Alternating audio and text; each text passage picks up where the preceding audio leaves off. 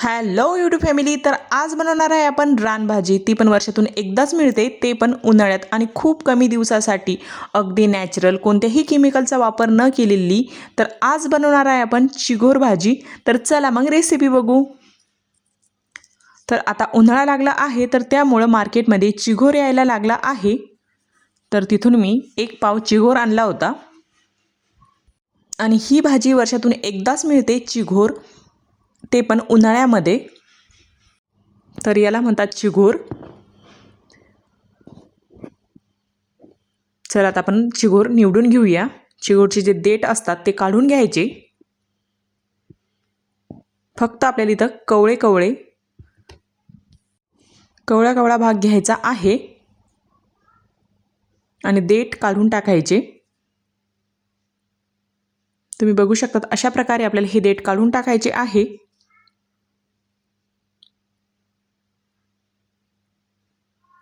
आणि खरंच ही भाजी एकदम अशी चविष्ट लागते खायला. एकदा नक्की ट्राय करा. तर त्यासाठी लागणारं साहित्य बघूया. तर त्यासाठी घेतला होता मी तर 2 कांदे घेतले होते बारीक चिरलेले, लाल मिरच्या आणि लसण.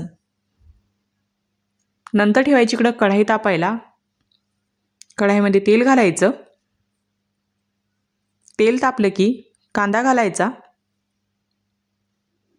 आणि कांदा छान असा फ्राय करून घ्यायचा सोनेरी कलर येईपर्यंत. 2 ते 3 मिनिटं व्यवस्थित फ्राय करून घ्यायचा.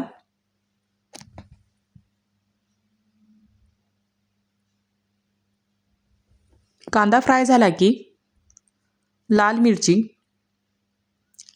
घालायची. ती पण व्यवस्थित फ्राय करून घ्यायची.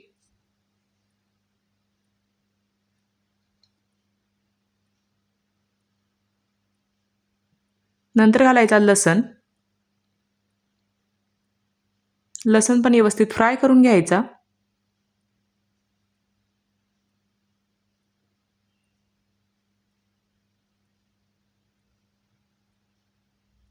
हे व्यवस्थित फ्राय झाले की मग घालायची हळद.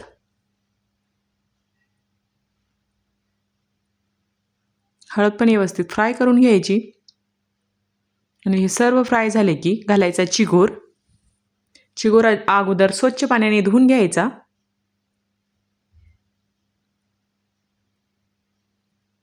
आणि नंतर घालायचा कढईमध्ये.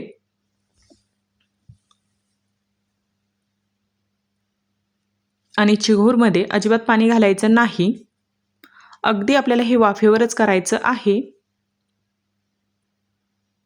आणि आता व्यवस्थित मिक्स करून घ्यायचा. कांदा मिरची लसण आपण फ्राय केला होता त्याच्यामध्ये. नंतर घालायचं चवीनुसार मीठ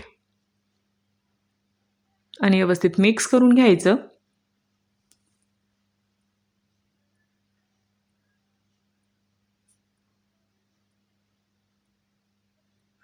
व्यवस्थित मिक्स झालं की झाकण ठेवून द्यायचं.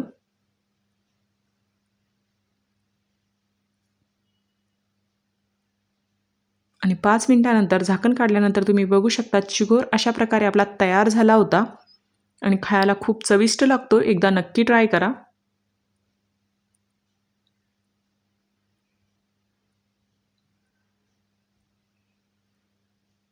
आणि तुम्हाला ही रेसिपी कशी वाटली कमेंटमध्ये मला नक्कीच सांगा.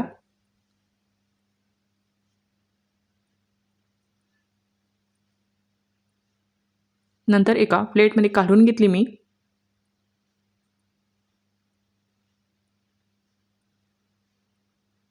आणि ही खूप कमी अशी मार्केटमध्ये मिळते. तर तुम्हाला ही रानभाजी चिघोर कसा वाटला कमेंटमध्ये नक्कीच सांगा. थँक्यू.